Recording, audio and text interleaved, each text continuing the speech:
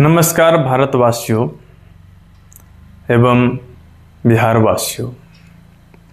आप सभी जानते हैं कि बिहार में अभी बिहार विधानसभा 2025 में चुनाव होने वाला है। चुनाव के तारीख की घोषणा हो गई है, जो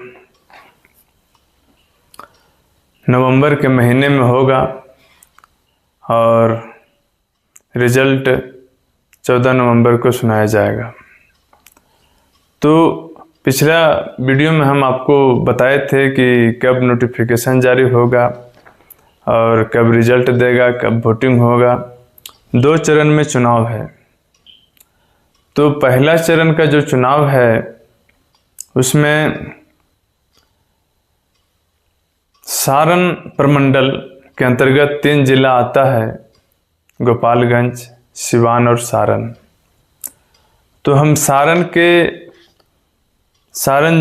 गोपालगंज जिले के 2 विधानसभा क्षेत्र के उम्मीदवार के बारे में हम आपको जानकारी देंगे, जो 2015 से लेकर 20 और 20 से लेकर 25 2 बार विधायक रहे हैं। और 2015 में कितने वोट पड़े थे, कितना परसेंटेज हुआ था, और 2025 में कितने वोट पड़े थे, कितना परसेंटेज वोट पड़े थे, कितना नोटा गया था, ये सारी जानकारी हम आपको बताएंगे। तो सबसे पहले हम बताएं आपको, बिहार में 2015 के समय 2015 में टोटल वोट 6,68,26,658 वोटर्स था, जिसमें 3,81,19,212 वोट पोल हुए थे, 57% इसका। इस समय नोटा जो वोट पड़ा था, नोटा हो था 9,47,276, यानी टोटल वोट का 2.4%। ये हो गया 2015 की बात। 2020 में टोटल वोट है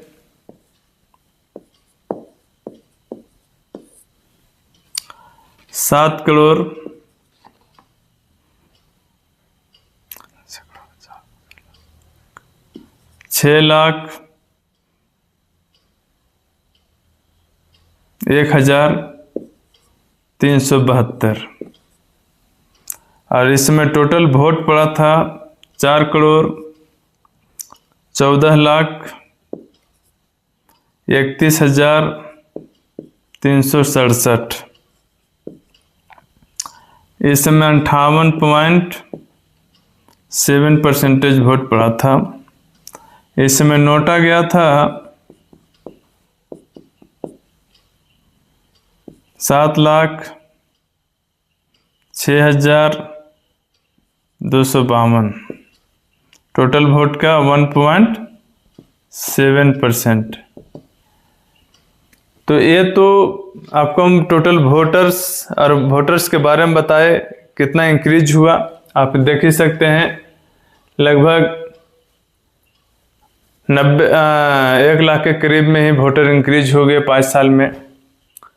वोट परसेंटेज भी ज़्यादा तो नहीं बढ़ा, 1.7% ही बढ़ा, बट बढ़ा।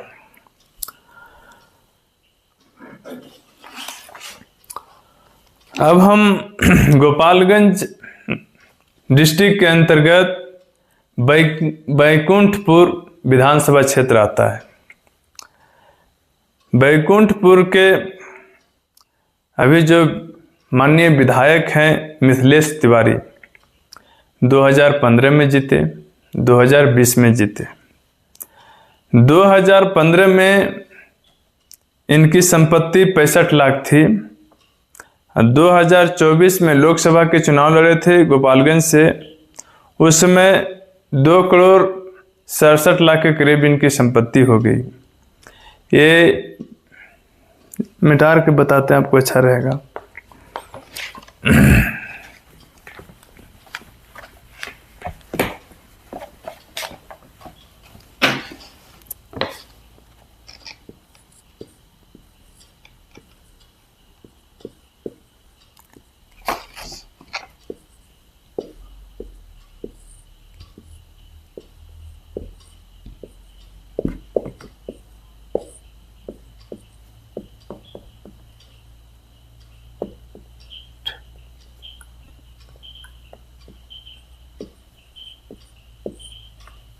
बैकुंठपुर 2015-2020 ये दोनों टर्म में माननीय विधायक रहे हैं और बीए की डिग्री है इकोनॉमिक्स में,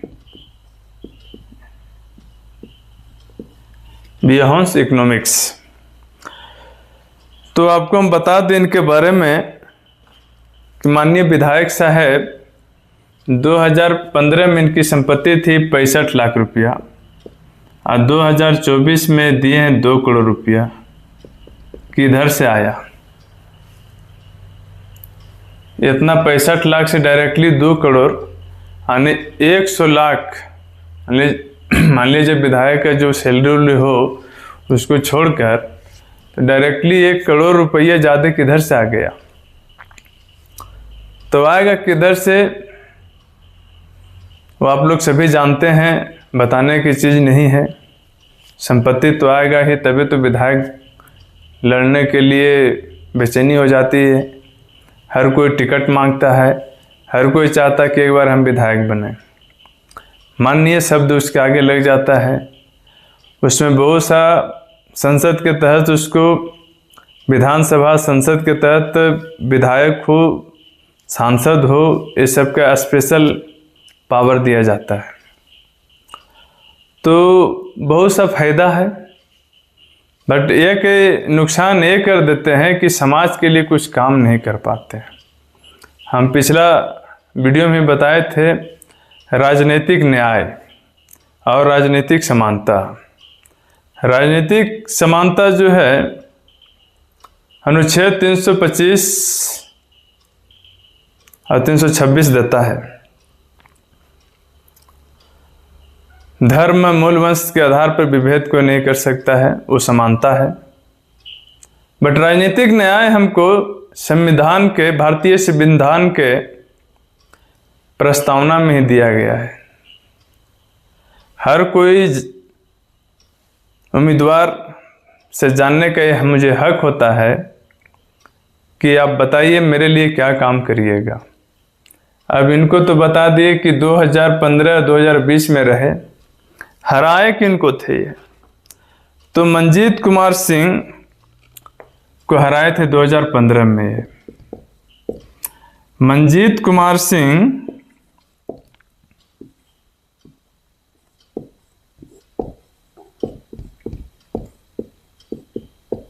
2010 में, ये भी माननीय विधायक थे, 2015 तक रहे।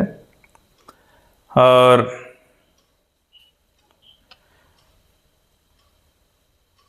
ठीक है, इनका टर्म रहा, जो भी हो।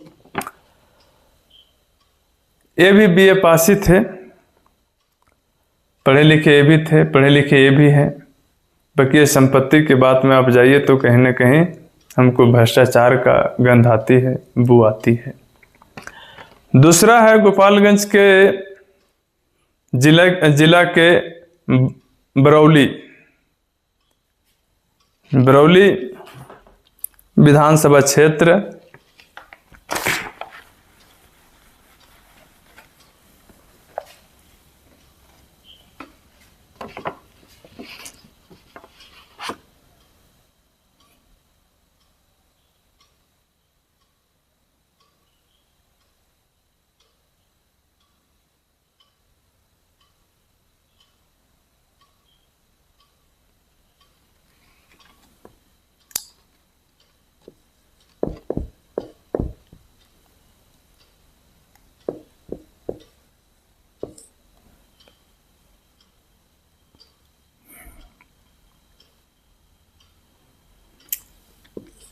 इसमें 2015 में एमडी नेमतुल्लाह मोहम्मद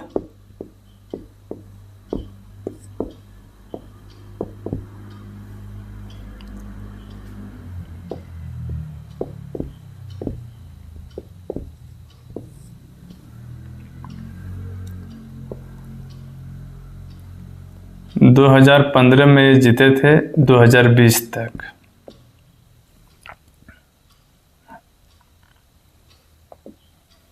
ठीक है, उसके बाद है राम प्रवेश राय, जो 2020 के बाद जीते थे।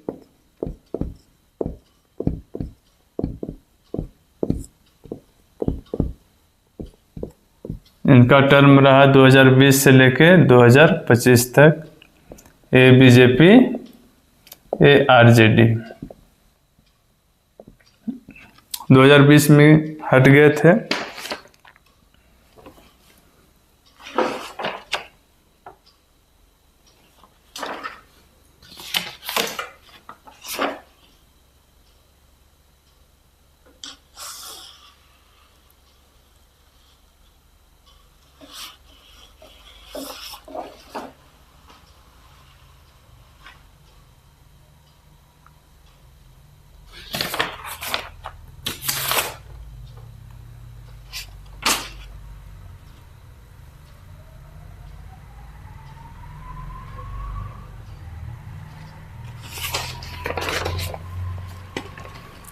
दो 2020 में इनका टिकट काट दिया गया था। रियाज हकीक राजू को टिकट दिया गया था आरजेडी से।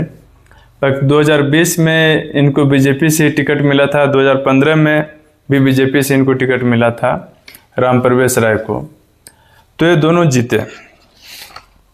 अब इनके बारे में हम आपको बता दें, एमडी नेमतुल्ला 2015 में इनकी संपत्ति 1 करोड़ थी। ALLB है। और दूसरा है राम प्रवेश राय। इनका संपत्ति 2015 में 62 लाख रुपया था, जो 2020 में 94 लाख हो गया। ये ठीक ठाक इंसान थे। ये भी BA पढ़े हुए थे, BA। ये भी ग्रेजुएट व्यक्ति थे। तो हम इन दोनों के बारे में बताएं। 2 विधानसभा क्षेत्र गोपालगंज के। बट हम बिहार के जनता को ये बताना चाहते हैं कि आप लोग सोचिए और समझिए कि कहीं कहीं के विधायक ईमानदार होते हैं, माननीय विधायक ईमानदार होते हैं, कहीं कहीं के भ्रष्ट होते हैं, और कितनों कम ईमानदार भी होगा तो कुछ न कुछ तो लेबे करेगा। ये तो बात तय है। इसीलिए तो लोग दौड़ते हैं। एक बात और बता दें कि 2020 के चुनाव में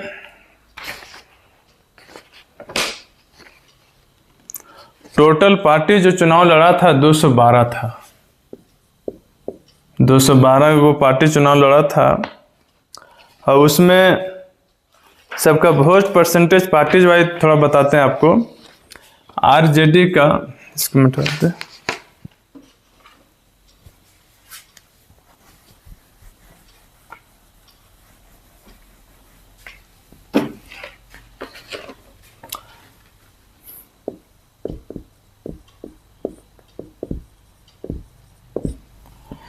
आरजेडी का जो वोट परसेंटेज था 23%, 23.5% था आरजेडी। सबसे ज़्यादा यही था। उसके बाद था बीजेपी 19.8%।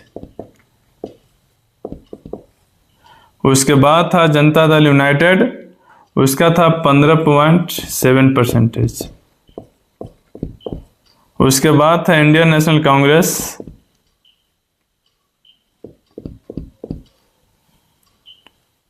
9.6%।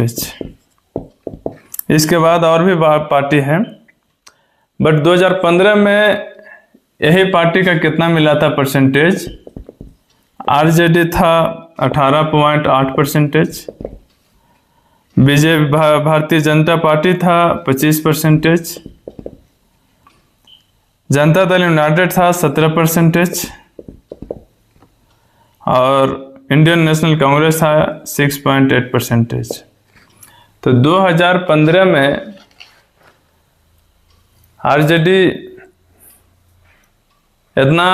आरजेडी के लोग इतना काम किया कि 23% पर आ गया, और बीजेपी के लोग इतना अच्छा काम किया कि 19% पे आ गया, और जदयू भी इतना बढ़िया काम किया कि 15 पर आ गया, और इंडियन नेशनल कांग्रेस भी उतना ही अच्छा काम किया कि 9 पर आ गया। यह है वोट परसेंटेज जिसको मिला। पर चुनाव कितना लड़ा था? 212, और 243 तो सीटें हैं, यानी हर एक उम्मीदवार एक सीट लड़ा था। इसमें एक और बात है कि इंडिपेंडेंट जो चुनाव लड़ा था वो भी अच्छा खासा था।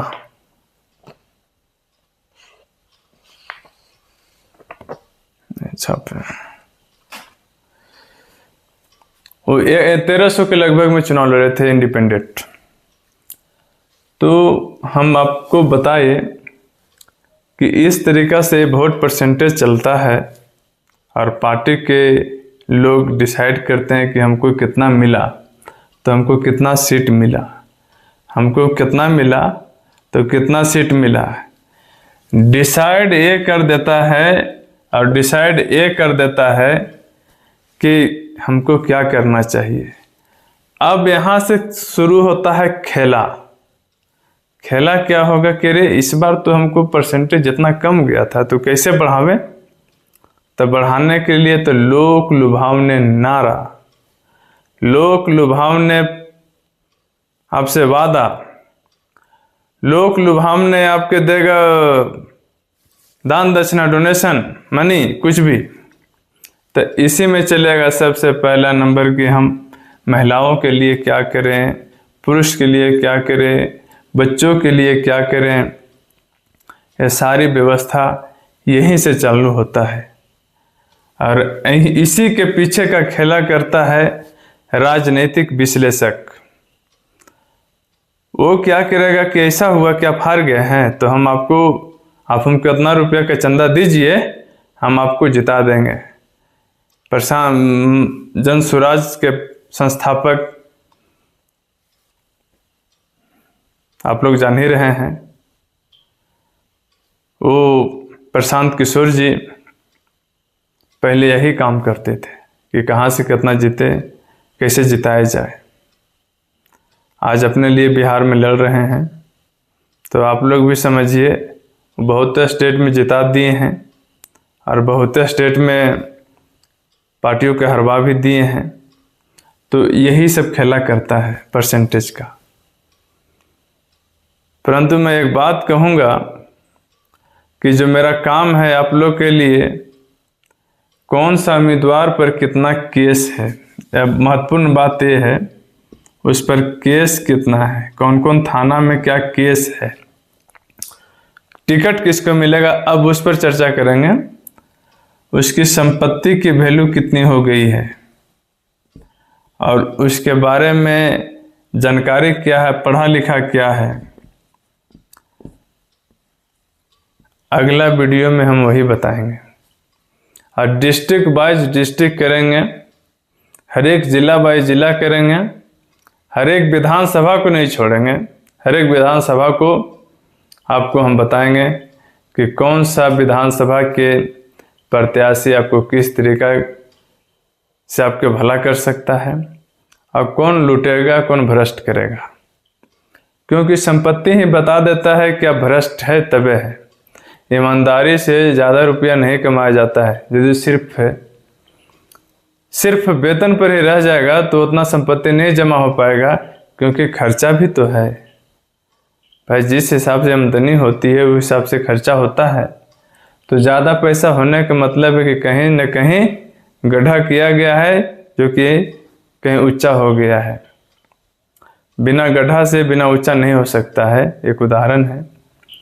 तो हम अपने बिहार वासियों को ये कहना चाहता हूँ कि आप लोग सोचिएगा, समझिएगा और तब अपने मन से बढ़िया से सोच समझकर कौन सा पार्टी, कौन सा उम्मीदवार, चाहे वो निर्दलीय हो, चाहे वो किसी पार्टी से संबंधित हो, उसको वोट करिएगा।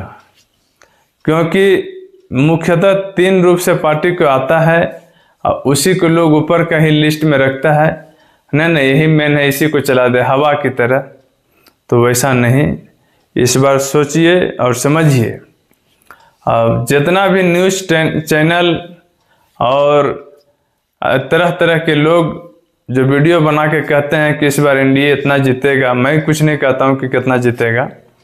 एनडीए इतना जीतेगा, महागठबंधन इतना जीतेगा, इसको इतना सीट आएगी, उसको इतना सीट आएगी, तो वो सबको जो परसेप्शन सेट किया है उस परसेप्शन को आप धराशायी कर सकते हैं किसी किसी को जिताकर।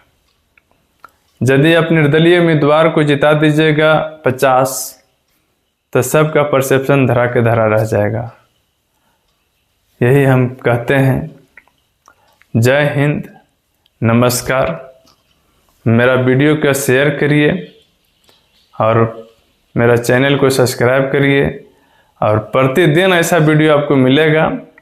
थोड़ा शुरू में बोरिंग लगेगा, बाकी बाद में बहुत मज़ा आएगा। जानकारी अच्छी रहेगी, जानकारी अच्छी लगेगी और देखने के लिए आपको धन्यवाद कहता हूँ। जय हिंद, जय भारत, नमस्कार।